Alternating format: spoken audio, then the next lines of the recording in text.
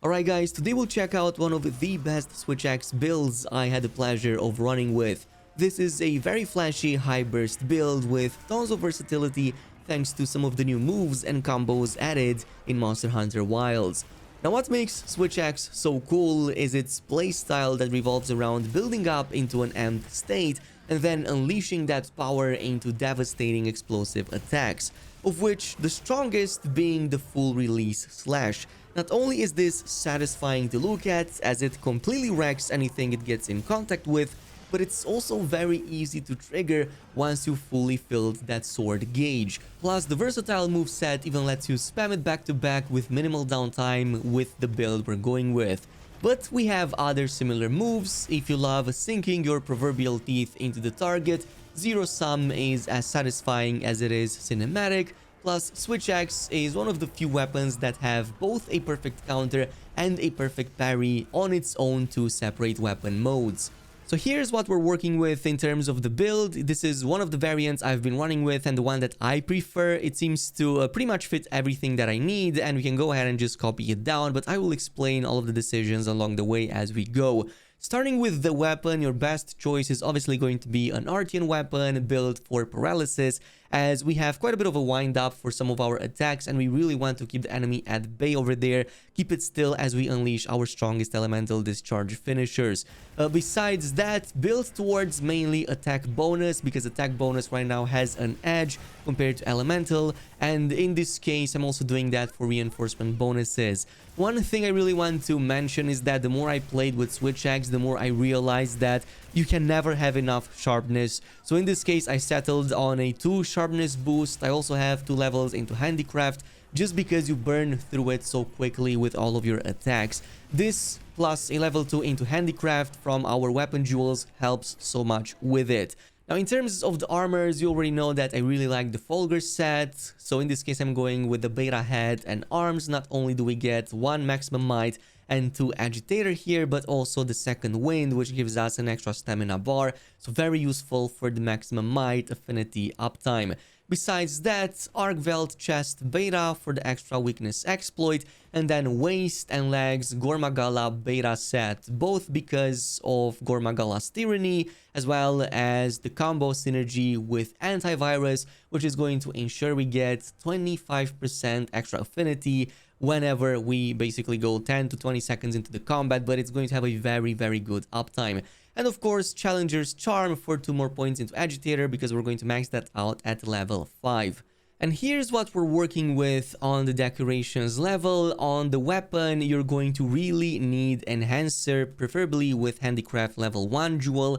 That is because Power Prolonger is going to be your most desired skill. Essentially, it doubles the duration of your amped state, which is how we're going to unleash back-to-back elemental discharges, full release slashes, zero sums, or any combination between these. It's going to make that sword gauge last from about 45 seconds to a full 90 seconds. So that means unleashing a ton of very strong attacks.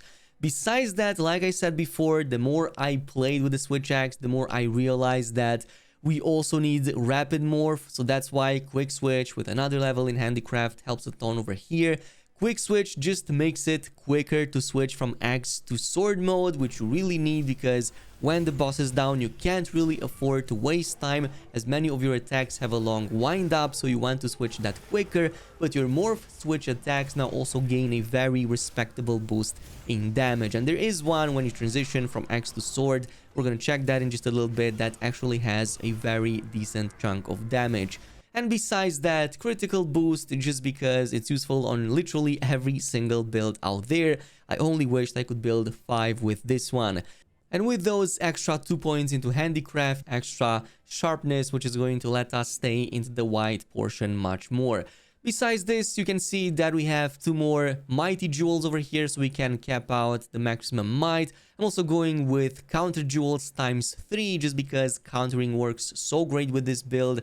And with the Switch Axe, you're constantly going to get hit while you unleash your attacks. So that's going to give you a huge boost in damage, like plus 25 as an enemy is about to hit you, because your full release slash has insane hyper armor. So that means you're almost always going to benefit from it.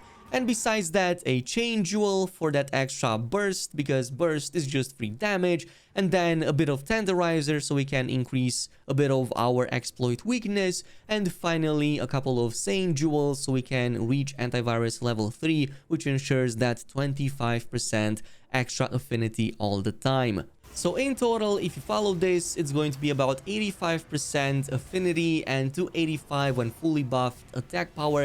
And if you factor in that corrupted mantle, you're going to get plus 20 extra more attack power and plus 20% extra more affinity. That's why I said that don't overcap affinity on the weapon like I did. You're going to be good enough with just 5% instead of the 10 that I currently have. Now, in terms of perfect parries and perfect counters, like I said at the start of the video, this is a very versatile weapon, so it includes both of them. So in the X mode, you have access to an offset rising slash with triangle and circle, or Y and B, pretty much exactly the same as it is the case with the great sword. So you literally have that move, it just has a bit more wind up, so you have to maybe cast it a bit more preemptively, but it helps so much, especially against bosses like Arkveld. You can back-to-back demolish him with the offset rising slash.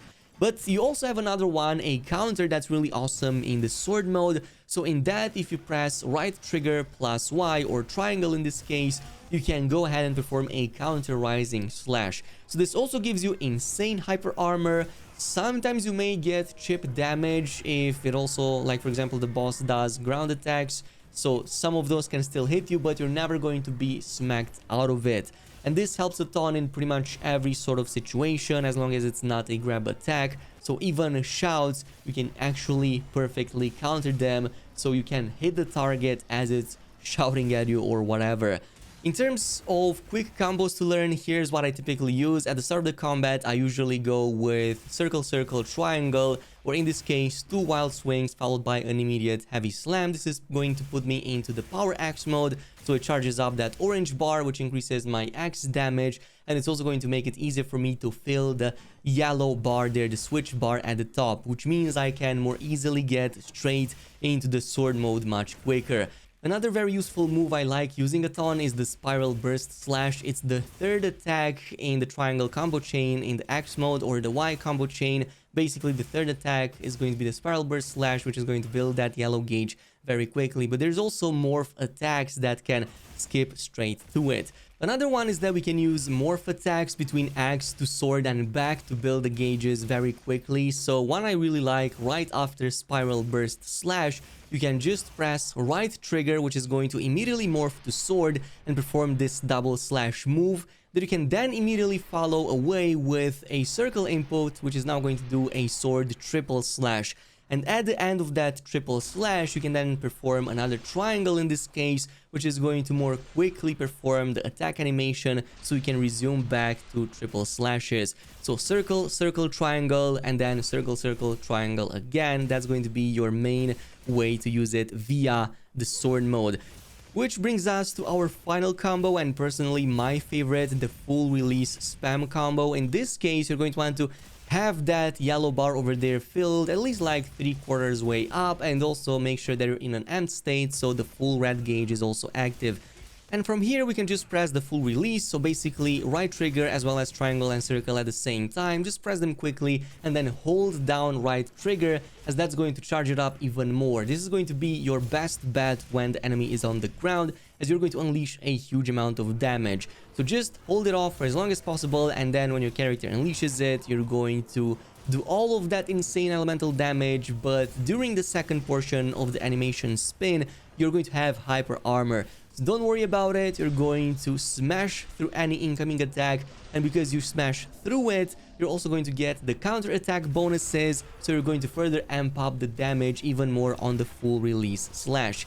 And right after the full release slash has been done, if you still have yellow gauge above 30%, you can immediately press right trigger again to morph back straight to sword, and then again press right trigger, circle and triangle at the same time to go back to a full release slash once again, which is going to now do an absurd amount of damage back to back, but we can actually still continue. So once the yellow gauge is below 30% and you're in X mode, go ahead and press triangle once and then right trigger once. The first one is going to do that spiral slash once again. That is the move that you really want, which is going to be powerful enough to put you way above 30% yellow switch gauge, which means you can immediately follow it up with another morph slash straight into sword, and then go back again at the full release slash and unleash this over and over again. And basically it's rinse and repeat in between these moves, as you see right here, or you can go to some of the other attacks like the zero sum or anything else in between.